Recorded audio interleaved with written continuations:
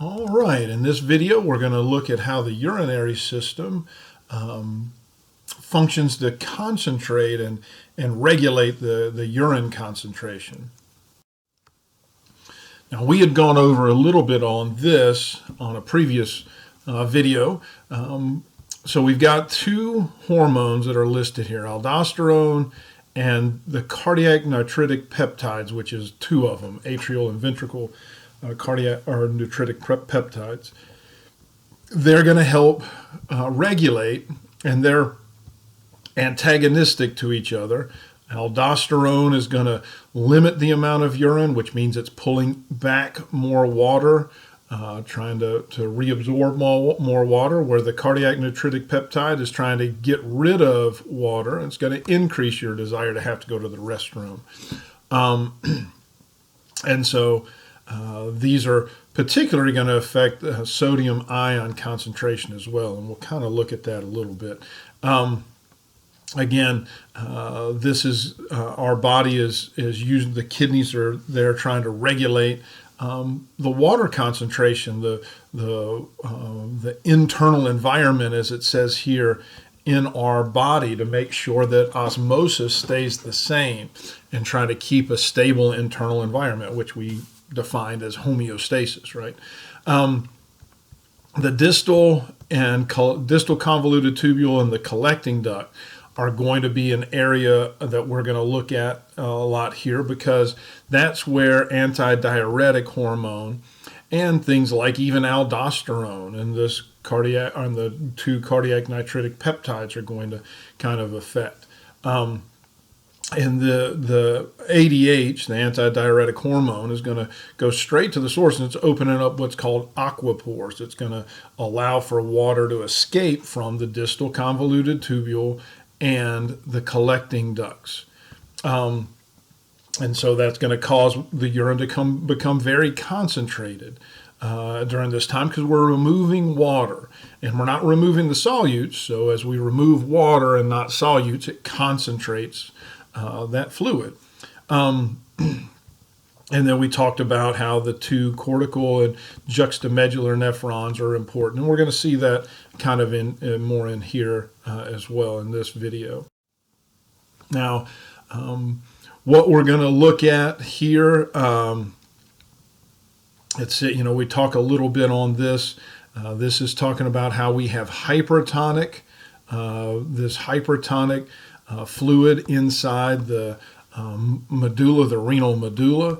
And so we've got a tube carrying some fluid that is isotonic in general. I'm not going to say that it's perfectly isotonic, but isotonic in general. And so there's a lot of water in here, a little water out in here. And so as it goes through, if ADH is around, I'm going to have little things called aquipores that open up all along this little area. And that's going to allow for water to be pulled out by osmosis. That's what this is showing, that as this fluid moves through in the presence of ADH, that water gets pulled out. And so we're going to have concentrated urine, because it's only water, it's not solutes. If ADH is not present, then I don't have any of those aquipores, and so the water comes out, and this is dilute urine.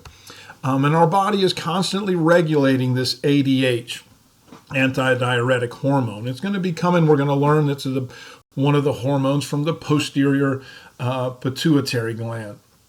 As we go along, we'll look at that. So this kind of shows the two sides of the ADH. As the concentration of water in the blood decreases, I become dehydrated. I'm going to have these osmoreceptors that are going to kind of see this, and they're going to go to the hypothalamus, and the hypothalamus is going to increase the release of this ADH. That ADH is going to open those those distal convoluted tubules and the collecting ducts in the kidneys. It's going to get there by the bloodstream, by the way. And that's going to cause the aquipores to open, and water will be reabsorbed. and then that's going to concentrate the urine, and that's going to increase the volume of fluid in our body, in particular our blood. And so it goes all the way back up to here and corrects that problem. Now let's say the concentration of water in blood increases. I need to try to bring it down. Ooh, that's a bad arrow, but it's like a weird house. But anyway, so as that happens, the osmoreceptors are going to notice it. They're going to tell the hypothalamus we've got too much water in our blood. Our blood is too dilute, and a lot of times it's going to put pressure. That means we've overhydrated ourselves, basically. So the hypothalamus will be alerted by these osmoreceptors. The hypothalamus will shut down or basically reduce the release of ADH. Since reduce the ADH that's being produced by the pituitary, it's going to lower the bloodstream levels of it. Those are going to go, then that means the distal convoluted tubules and the collecting ducts will not be activated to open those aquapores, and so the aquapores close, and then water is not reabsorbed like it was before. And so my urine is going to be dilute, which means I'm going to have a lot of water and a little bit of solutes. I'm going to have to go to the bathroom a lot. And when that happens, that means that water is being excreted. Because water is excreted, that is going to counterbalance this increase in the blood volume, and things will go back to normal, kind of like the whole point of homeostasis. Now, this is something that's can be a little bit confusing, and the book doesn't help anything because it doesn't really lay it out in a very good way. Now, countercurrent. So if countercurrent means, like, if everything's flowing this way, that is the current. Countercurrent means it's going against the current. All right, and we're going to see how this works, and I'm going to show you where the book is mislabeled on something. The countercurrent mechanism, and multiplier means it's going to increase, right? So it's going to have something to do with increasing what is happening. So the countercurrent mechanism in the nephron loop, this is all about the nephron loops, is the difference between the descending and ascending limbs and how these function. And it's going to ensure that the medullary interstitial fluid becomes remember hypertonic, that E is supposed to be, if you remember I said, when you're looking at hypotonic, hypertonic, and then isotonic, isotonic means it's the same. In hypertonic, that means that water is going to be leaving the cell, and so the cell is going to shrink. And I said you can kind of remember that if I was able to take my finger and push in on this, that round cell could end up being, what looks like to me an E. So I can remember that the cell is shrinking. That means that water is leaving. That means that the outside is very concentrated out here compared to the cell. That's what hypertonic is, just as a little refresher course. And that's going to produce a concentrated urine. Because this hypertonic is going to try to pull water out of the tubule back into the body. And it's going to be done with this countercurrent multiplier. Now, so far we have learned that as the afferent arteriole comes into the glomerulus, right, it gets all this stuff, and then I'm going to have an efferent arteriole that goes out, and then this efferent arteriole turns into what we call the peritubular capillary bed. Well, in certain nephrons, especially the juxtamedular nephrons with this really long nephron loop, this peritubular capillary bed will form a very organized netting that's going to be around this nephron loop. And it is specifically called the vasa recta. And I do want you to know that. The vasa recta is only found in these juxtaglomerular or juxtamedular nephrons. And they're there because they are really going to be the things that work on this countercurrent mechanism. Now, a big thing about this is, as we have this nephron loop, the descending limb is impermeable. I'm going to go to the descending limb first. Is impermeable to solute. So sodium and all that can't get out, but water can. Water is going to be taken out on this as it goes down. Now, once it makes this turn and it goes into the ascending limb, then it is exactly opposite. It is the ascending limb is impermeable to water, but it's got ion channels that will actively pump out sodium, and then chloride ions will follow. And so the part that is descending, the part going down, water is going to be escaping, and then the part that is going up, ions are going to be escaping. And this is a big thing to kind of understand at this point. So the thin descending limb, as it's going down, is going to be surrounded by hypertonic fluid. And so as it's doing this, water is going to be pulled out by osmosis. And the fluid inside of the tube will start becoming hypertonic because I'm going to be pulling more and more water out, forming this in the tube to become more concentrated, right? Because I'm not losing the solutes, I'm losing the water. And concentrated means hypertonic. Now this concentrated or hypotonic fluid moves into the ascending limb, and at that point, sodium and chloride is going to be pumped out, and that means it's going to actively reabsorb. And in the process, as these concentrations are moved out, they are going to, as this process repeats, the sodium chloride concentration in the ascending limb increases or multiplies. Again, I'm going to tell you, I don't like the way this is written right here, and I didn't catch that earlier. I've tried to do it. I don't want you to even look at that one. The concentration of fluid in both the tubular and interstitial fluid increases towards the deeper portion of the renal medulla. This statement, all it's telling you is, those little pyramids, as we get closer to this point down here, it's going to go, there's actually zones as it goes through here. It becomes more and more hypertonic, or the fluid in there becomes more and more concentrated as you get down closer to here. So when we look at those juxtamedular nephrons that have that nephron loop that goes way down there, they're going to be really hit harder by the hypertonic solution. All right, so again, sorry about this slide. I hope that, again, I want you to make sure this part I don't want you to even look at because I don't like the way it's written, and I don't think that is correct. But anyway, moving on. So what it's saying, this is a pretty decent picture. As the fluid gets to the point where it's getting into the nephron loop, the proximal convoluted tubule is going to be reestablishing things, and it's going to be isotonic here. All right.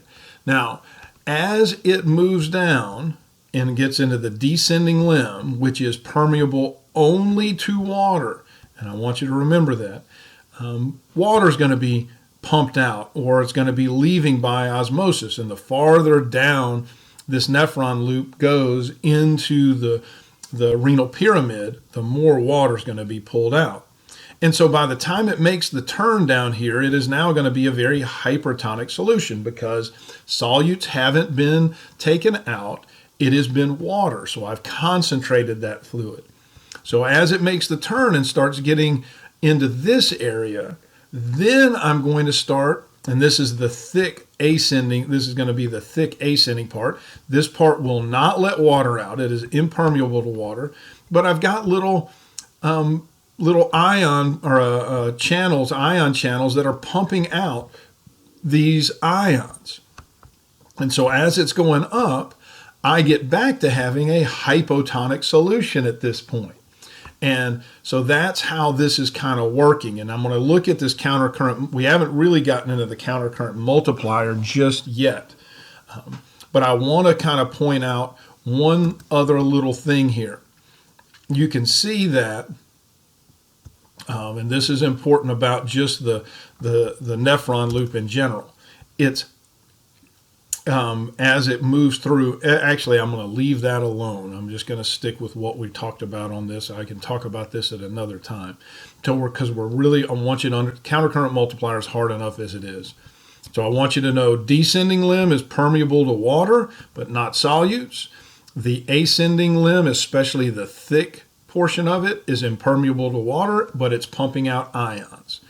All right, so by the time it gets up here, we'll eventually have a little bit of a hypotonic solution, a solution that has less solutes in it than there is than normal body fluid, and so that's an important part.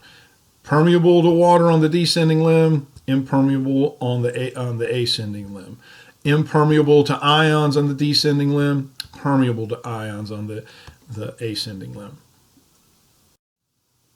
Now this is the picture, and I feel bad. I hope I didn't mess anything up with you on the last slide. I feel bad because there's so much I want to talk about on this, and I need to learn to just stay focused.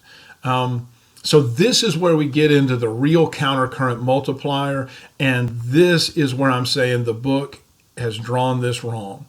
And maybe I'm seeing something wrong, but this is again, countercurrent is the way it's supposed to be. So the blood flow, this is the flow of the fluid. The blood flow is actually flowing the opposite way. So what I did, I'm going to look at this next slide, is something I drew. It's very bad. Again, it's just having to draw on the computer with that little, it's a laptop, so that little pad thing on there doesn't make it real easy. But what I want to show here, just real quick, is just the fact that this is the vasa recta. So that is, since this blood supply thing here, all of this is going to be, that makes this nephron a juxtamedular nephron, right? Because the vasa recta is only found on that. Now this is my real rudimentary picture that I was trying to draw. The yellow, this part right here is the nephron loop. This red is going to be the vasa recta, the paratubular capillary bed. And you're going to see, and I try to draw them out, where you can see the direction of the blood flow is going to be counter the direction of the filtrate flow.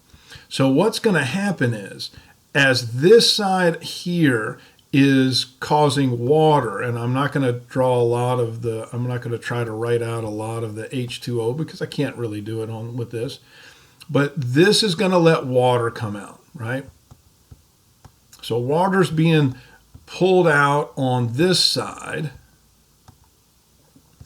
and now I'm going to have a very concentrated fluid once I get to this little point here, the turn, so to speak. Now, the next part, this is when we're going to get into how the countercurrent multiplier works. All right. So on this part, I'm going to be pulling out a lot of sodium, right?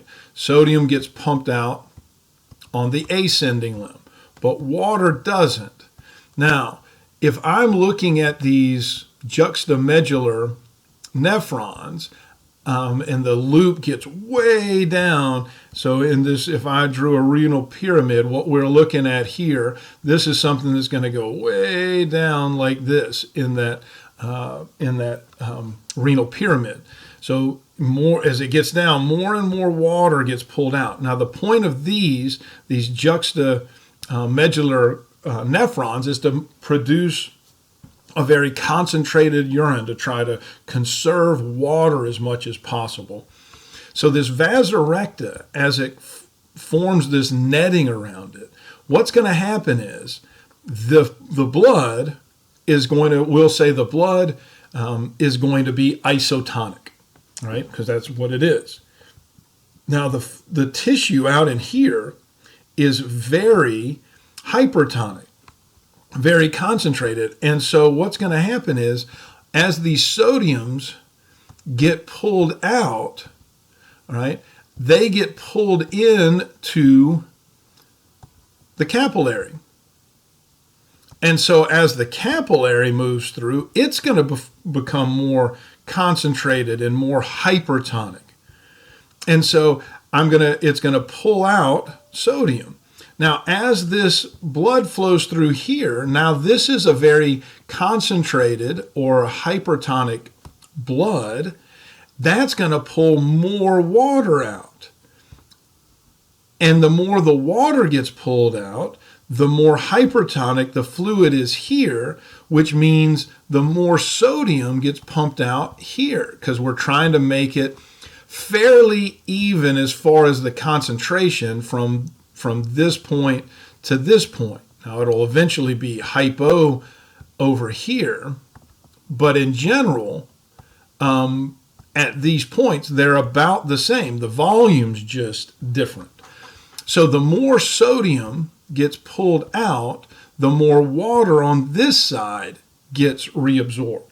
And so it is called the countercurrent multiplier, because the two currents run counter to each other, and because what happens on this side, which is the end part on the nephron loop, is going to affect and increase what happens on this side, which is the start point. And as I affect the start point, I have more effect on the end point. So it's multiplying the efficiency of drawing water out. So hopefully that makes sense as far as what the countercurrent multiplier is. Because again, the whole point of these nephrons, is to conserve water, to try and pull as much water out, or said another way, to produce concentrated urine. And so we do this by increasing the amount of water we are drawing out on the descending limb by what we do from the countercurrent on the ascending limb over here. Now, this gives an idea of what's going on. Again, this at each different spot, the glomerulus is only for filtrate, producing the filtrate. The proximal convoluted tubule is where the majority of all of the heavy lifting is going to be done. It is like the assembly line. It is always doing the same basic thing over and over and over and over and over again. No matter if I am overhydrated or dehydrated, whether I have eaten too much glucose or I haven't eaten enough, whatever the case may be, the proximal convoluted tubule is the same pretty much all of the time. The nephron loop, both the ascending and descending, is simply about regulating volume. It is all about volume. And that is a terrible V. That looked like an X on there. I was going to put this is all about volume. Again, I am sorry that I don't have a better thing on my computer to be able to write, but I don't. Now, the distal convoluted tubule is all about homeostasis along with the collecting duct, but the collecting duct is only about water. But the distal convoluted tubule is where our body makes adjustments to what needs to be done. Proximal convoluted tubule is doing the same thing over and over and over again. It's where most of the reabsorption happens, and it's where it is going to be a big part of the normal. Then we'll be able to limit the volume with the loop and then do the fine touches on the distal convoluted tubule. Then finally, the collecting duct, which is going to always be just simply about water. Now, these two things here, urea and uric acid, big thing I want you to know about these two, first and foremost, urea is a product of the breakdown, which is called catabolism, the breakdown of amino acids. As amino acids start to degenerate and break down, part of the byproduct is urea, and it needs to be gotten rid of through most of it. Now, our body will use urea to help that countercurrent multiplier, actually, but we don't get into it in here. The main thing I want you to know is associate urea with protein, and you should know amino acids are proteins, right? So protein breakdown, and I'm not going to try to write it all out because I don't have time. Uric acid is the product of nucleic acid breakdown. It really is catabolism. But uric acid is nucleic acid. Uric acid is the breakdown of RNA, DNA, those nucleic acids. Again, it's going to be excreted through the urine, and both of these are byproducts that are going to be eliminated, waste byproducts, and our body will use them both to certain extents, but they are waste products. Urea, the breakdown of amino acids or proteins. Uric acid is the breakdown of the nucleic acids.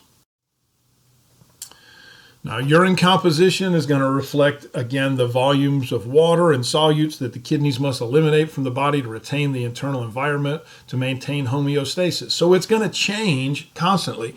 If it is happy hour and there's a beer special and people are drinking beer, in large volumes, your urine is going to be very dilute because you're going to be putting a lot of fluid in and you're having to pee it out. Understand, there is no seal, so to speak. If you're drinking fluids and you're not sweating it out, you're going to need to go to the bathroom. And if you don't, that can be a problem. It puts a huge stress on your heart and your cardiovascular system and all kinds of fragile tissues because water has to get into the circulatory system before it can be eliminated.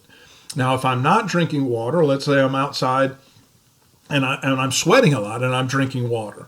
As I'm sweating, I'm releasing water, so I'm not going to have to go to the bathroom as much because my body's going to start switching over my fluid my fluid loss to sweating. So it's going to change all the time. Urine in general is about 95% water, no matter, with all of the water that we're reabsorbing, again, 179 liters basically we're reabsorbing, still it's the urine is made mostly of water. It will have metabolic waste, urea, uric acid, and creatinine, or creatine. Creatinine is going to be the three of the big ones. There will be trace amounts of amino acids and electrolytes, particularly hydrogen ions if your body is being pushed towards acidosis. But those are the various things. Again, mainly water.